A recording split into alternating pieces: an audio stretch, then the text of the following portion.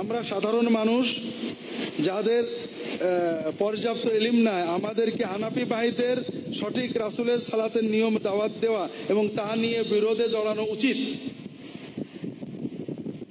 হানাফিদের নামাজ সহি না। আমি একদিন বললাম যে ভাই কেন, হানাফিরা নামাজ কি দক্ষিণ মুখে পড়ে নাকি, বিনা অজুতে পড়ে নাকি? নামাজ সহি নামাজ আল্লাহু আকবার বলে হানাফিরা কি অন্য কোনো কিছু বলে পড়ে নাকি? কতটুকু গায়ের সহি? আর যেটা আমি গায়ের সহি পড়ছি এটা কি তাদের কোনোই দলিল নেই। এই জন্য ভাইরা আমি যেটা বুঝি, আমার কাছে কেউ বলে আপনি কেমন নামাজ পড়েন, অনেক সময় বলে আপনি কোন নামাজ পছন্দ করেন, আমি আমার মনের কথাটা বলি। একজন মানুষের নামাজের রুহানিয়ত, সে দোয়া পড়ে, ছানাগুলো বিভিন্ন ছানা পড়ে, সেজদায় আল্লাহর সাথে কথা বলে, রুকু সেজদাগুলো সুন্দর করে করে, তার নামাজের মনোযোগ, নামাজের বেলায়াত এটা বাড়ছে, এটা আমার ভালো লাগে। এখন সে এই যে 8-10টা একতালিমে মাসালে রফাদায়ন করে কি করে না, এটা নিয়ে আমার খুব একটাই হয় না। আমাকে অনেকে হ্যান্ডশেক করে এক হাতে, আমার মোটেও কষ্ট লাগে না। অনেকে 2 হাতে, আমার মোটেও কষ্ট লাগে না। কারণ মুসাফার ক্ষেত্রে 1 হাত 2 হাত বলা নেই, কাজে 1 হাতে করলে ইনশাল্লাহ আদায় হবে। আবার তবে ইন্দের যুগে 2 হাতে মুসাফা, এটা হাদিস বুখারীতে আসছে। এতে 2 হাতে করলে কেউ খারাপ হয়ে যাবে এটা আমি মনে করি না, আর 1 হাতে করলে কেউ খারাপ হয়ে যায় এটা আমার বিশ্বাস লাগে না। এটা আমার দুর্বলতা হতে পারে, অথবা আল্লাহ জানেন কি। তো আমি মনে করি যে ক্ষেত্রে আমাকে একজন লিখেছে যে স্যার আপনার ভিতরে বেদাত আছে, আপনি যে মাঝে মাঝে মোনাজাত করেন আর এই যে আপনি বলেন এটাও ঠিক ওটাও ঠিক, স্যার দুটো হইতে পারেন, একটা হবে, এটা তাদের চিন্তা। কিন্তু আমি মনে করি যেখানে দুটো, আমি বিশ্বাস করেন পড়েছি, আহলে হাদিসেরটা পড়েছি, হাম্বলিটা পড়েছি, হানাফিটা পড়েছি, পড়ে টুড়ে শেষ পর্যন্ত মনে হয় যে এই যে সব বাদ দিয়ে একটাই ঠিক, এই যুক্তিগুলোই ঠিক না। হাদিস সহি, আমি বলবো যে আমি এই হাদিস আমল করি, সে ওই হাদিস আমল করে, ব্যাস মিটে গেল। আমি পড়েছি ভাই, বিশ্বাস করেন, কিন্তু হাদিসের সনদ বিচার পর্যন্ত আমি থাকতে চাই। এরপরে দুটো হাদিসই সহি, এই হাদিসটা এই যুক্তিতে এটা মানা যাবে না, এই বিষয়গুলোই আমাদেরকে খারাপ জায়গায় নিয়ে যায়। এটা না করে আমরা হাদিসের মতো উদার হই, যে ব্যাপারে দুটো হাদিস আছে আলহামদুলিল্লাহ আমি এটা পালন করছি, ওটা পালন করছে, আমার কাছে বিভিন্ন যুক্তিতে এটা উত্তম মনে হয়েছে, ওর কাছে বিভিন্ন যুক্তিতে ওইটা উত্তম মনে হয়েছে, সবাই আমার বুঝবে, এটা কেন চিন্তা করবো? আমাদের সমস্যা কি? আমি যেটা সহি বুঝি ওইটা আপনার বুঝতে হবে, না হলে আপনি সহি হাদিস মানেন না।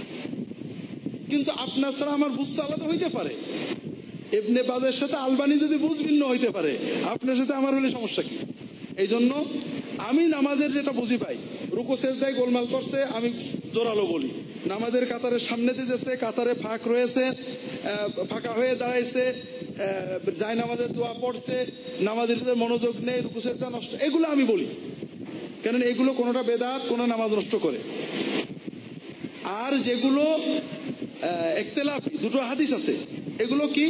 প্রথমে হাত বুকে না নাভিতে, এটা তো নামাজের প্রথম, আল্লাহু আকবার, এখানে কোনো মতভেদ নেই। প্রথম ঝগড়া হলো না হাত বাঁধা নিয়ে, দ্বিতীয় ঝগড়া হলো রুকুতে যাওয়ার সময় রফাদাইন করবো কিনা, তৃতীয় ঝগড়া ঠিক ওই রফাদাইনের কয়েকটা পর্যায়ে, রুকুতে যাওয়ার সময় হাত আগে দেবো না হাঁটু আগে দেবো, ঠিক না? চতুর্থ ঝগড়া দ্বিতীয় সেজদা থেকে উঠে বসবো কিনা। আর কই ঝগড়া তো বুঝে পাচ্ছি না। এরপরে কোনটে? হাত তো হারাই গেছে। হ্যাঁ হ্যাঁ, আমিন জোরে বলা, জি আমিন জোরে বলা, আমি যাচ্ছি। কয়টা গেল? হ্যাঁ 5টা। আর কি? এশারা 6টা। আর কি? হ্যাঁ সূরা ফাতিহাটা বাদ রাখিছি। এই যে 6টা কি ফরজ না মুস্তাহাব? মুস্তাহাব। এবং হাতের ইশারায় কোনো ইখতিলাফ নেই। হানাফি মাযহাবের একেবারে মূল কিতাবেই আছে ইশারা করতে হবে। যারা হানাফি নামে ইশারা করেন না তারা মাযহাব জানেন না। তবে ইশারার পদ্ধতি আমি এক জায়গায় বলেছি যে এটা হতে পারে, এটাও হতে পারে। একজন বলেছে তা হয় কি করে, একটা হবে। কিন্তু মুশকিল হলো ইশারার কথা সহিহ হাদিস আছে 8-10টা মুতাওয়াতির, কিন্তু ইশারা কখন থেকে শুরু হয়ে কখন শেষ হবে কোনো হাদিসেই নেই। আলেমদের ব্যাখ্যা, তবে আমি আলেমদের ব্যাখ্যা কোনো হাদিসের সমান বানাবো? আমি বলবো ইশারা করতে হবে কারণ হাদিসে আসছে, কিন্তু ইশারা কখন থেকে কখন পর্যন্ত এটা যেহেতু হাদিসে ক্লিয়ার না, এখানে ইজতিহাদের সুযোগ আছে, কাজে একাধিক ইজতিহাদ আমি মেনে নিচ্ছি, আমি প্রথম থেকে শেষ পর্যন্ত রাখি। কিন্তু কেউ যদি আশহাদু আল্লা ইলাহা ইল্লাল্লাহ ওয়া আশহাদু আন্না মুহাম্মাদান নামিয়ে নেয় অথবা 2-3 বার ওঠাই, তা আমার সমস্যাটা কি? সে তো হাদিস তো মানছে। হাদিস মানার পদ্ধতিটা হাদিসে স্পষ্ট না থাকার কারণে ইজতিহাদের সুযোগ এসে গেছে। কথা বুঝতে পেরেছেন? তো এই জন্য তাহলে ঝগড়া গেল 5টা না 6টা। বিশ্বাস করেন এই ঝগড়াগুলো সব মুস্তাহাব। হাত না বাঁধে ঝুলিয়ে রাখলেও নামাজ হবে, আমিন মোটে না বললেও নামাজ হবে, ঠিক না? রফাদাইনটা না করলে নামাজ হবে না কেউ বলেননি। যারা একাধিকবার রফাদাইন বলেছেন তারাও বলেছেন এটা মুস্তাহাব, এবং হাদিস তাই বলে, কোনো তাকিদ নেই, ইনকার নেই। এরপরে এই যে সেজদায় যাওয়ার সময় আগে হাত না হাঁটু, আমাদের সৌদি উলামায়ে কেরাম আগে হাত রাখাটাকে প্রাধান্য দেন, আগে হাঁটু রাখাকে। সৌদি আরবের একজন খুব বড় শেখ সালেহ আল শেখ মন্ত্রী ছিলেন, ধর্মমন্ত্রী, আমাদের বড় ভাই পর্যায়ের, উস্তাদও ঠিক না, আমি দেখছি বসছি একসাথে অনেক।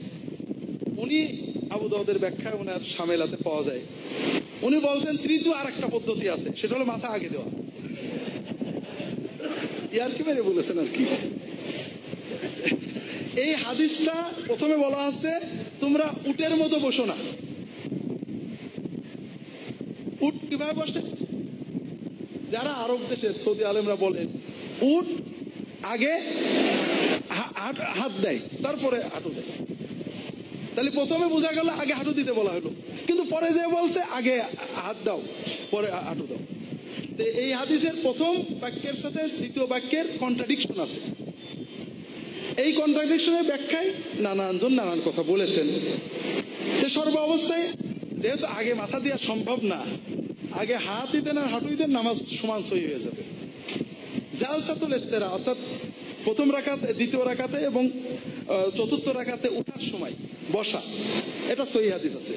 আবার না বসে ওঠা সরাসরি, এটাও সহি আছে। উলামাদের সমন্বয়ে ইখতিলাফ আছে। সৌদি আলেমরা ইবনে বাজ, বিশেষ করে ইবনে জিবরিন, আমি ওনার কাছে পড়ছি কিছু, উনি এটা লম্বা মাকালা লিখেছেন। তাদের অধিকাংশই এটা মায়লান যে রাসূলুল্লাহ সাল্লাল্লাহু আলাইহি ওয়াসাল্লাম বার্ধক্যের অবস্থায় এটা করতেন, অর্থাৎ একটু বসে তারপর উঠতেন। কাজেই যাদের ওজর নেই তাদের সরাসরি উঠলেই ভালো। আবার অনেক মুহাদ্দিস বলছেন না, বসেই উঠতে হবে। সর্বাবস্থা এটা মুস্তাহাব। এশারা বললাম, তাহলে আর তো আমার আপনারা দেখেন আর খুঁজে পান কিনা। না, আমি মূল নামাজের ভিতরে যাইনি এখনো। মূল নামাজের ভিতরে এখন থাকলো সূরা ফাতিহা পড়ার কথা। জি জি, তাওয়াররুক, হ্যাঁ তাওয়াররুকটা আছে, তাওয়াররুকটা আছে। তাওয়াররুক এটা হলো সর্বশেষ ইখতিলাফ। তাওয়াররুক সহিহ হাদিস, তাওয়াররুক সহিহ হাদিস। যারা তাওয়াররুক করেন না তারা উমিয়াতের উপরে বসেন, কিন্তু বিনা তাওয়াররুকে নামাজ নষ্ট হবে এটা তো কিছু নেই। সব মিলিয়ে এই মসলাগুলো হলো ইখতিলাফ, যেটা নিয়ে আমরা প্রচন্ড গোলমাল মারামারি করছি। এই জন্য আমার কথা হলো যে সহিহ হাদিস পালনে কোনো দোষ নেই, সহিহ হাদিসকে সহিভাবে পালন করতে হবে। আপনি যদি মনে করেন এটা সহিহ মুতমাইনুন, আমি পালন করেন। অন্যকে দাওয়াত দেওয়ার সময় দেখেন যে রাসূলুল্লাহ সাল্লাল্লাহু আলাইহি ওয়াসাল্লাম এক্ষেত্রে কোনো আপত্তি করতেন কিনা, বা এটাকে সহিহ হাদিসে কতটুকু গুরুত্ব দেওয়া হয়েছে। আপনি বলতে পারেন যে এই তাওয়াররুকের হাদিস সহিহ, আপনি করেন, দোষ নেই, কিন্তু না করলে নামাজ হবে না, নবীর নামাজ হলো না, সল্লু কামা রাআইতুমুনি উসাল্লি হলো না, এটা বলেন না। কারণ রাসূলুল্লাহ সাল্লাল্লাহু আলাইহি ওয়াসাল্লাম নামাজের ভিতরে আরো অনেক কাজ করেছেন, আমরা কেউই করি না। যেমন নামাজের ভিতরে রুকুতে অনেক সময় থাকতেন, মনে হতো যে উনি দাঁড়ানোর কথা ভুলে গেছেন। আমরা থাকি নাকি? তাই আমার নামাজ হচ্ছে না। কথা বুঝেছেন? সহিহ হাদিসে আসছে, একটা আপনাদের উদাহরণ দিই, অনেক প্রশ্ন। সহিহ হাদিসে আসছে যে রুকু এবং সিজদাতে সুবহান রাব্বিয়াল আযীম, সুবহান রাব্বিয়াল আলা অন্তত 3 বার বলবে, আছে না? আবার সহিহ হাদিসে আসছে রুকুতে যে সিজদায় যে রাসূলুল্লাহ সাল্লাল্লাহু আলাইহি ওয়াসাল্লাম সুবহানাকা আল্লাহুম্মা রাব্বানা ওয়া বিহামদিকা রাব্বিগফিরলি পড়। সহিহ না? সমন্বয় দেবেন কিভাবে? একজন মনে করেন রুকুতে যে সুবহান রাব্বিয়াল আলা বা আযীম রুকুতে যে বলে না, শুধু সুবহানাকা আল্লাহুম্মা রাব্বানা ওয়া বিহামদিকা রাব্বিগফিরলি বলে, সে তো সহিহ হাদিস মানে না, নামাজ নষ্ট নাকি? কারণ ওই হাদিসটা সহিহ তো। আবার একজন ওইটা মানে আরগুলো করে না, নামাজ হবে না। আবার সমন্বয় দেখেন, নামাজের সালাম ফিরানোর পরে তাকবীরের কথা হাদিসে আসছে, আছে না? আব্দুল্লাহ ইবনে আব্বাস বলছেন যে আমরা মসজিদের বাইরে ছেলেপেলে খেলা করতাম, নামাজ শেষ হয়েছে কিভাবে বুঝতাম? আল্লাহু আকবার বলা, ঠিক এটা সহিহ হাদিস। আবার রাসূলুল্লাহ সাল্লাল্লাহু আলাইহি ওয়াসাল্লাম নামাজের পরে সালাম ফিরিয়ে আস্তাগফিরুল্লাহ 3 বার বলতেন, সহিহ হাদিস না? এখন সমন্বয় করবেন, আগে আল্লাহ করে বলবেন না আগে আস্তাগফিরুল্লাহ বলবেন।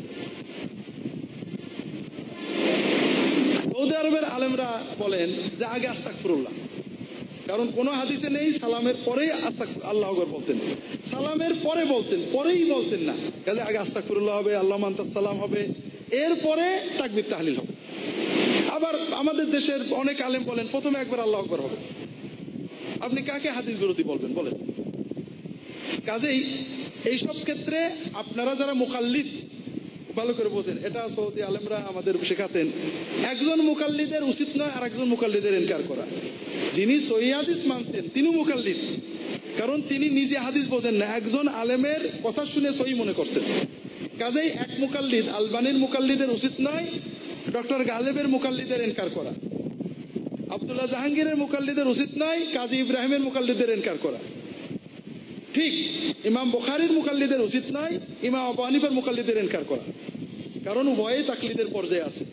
তবে যদি শিরিক বেদাত কুফর হয় সেটা ভিন্ন।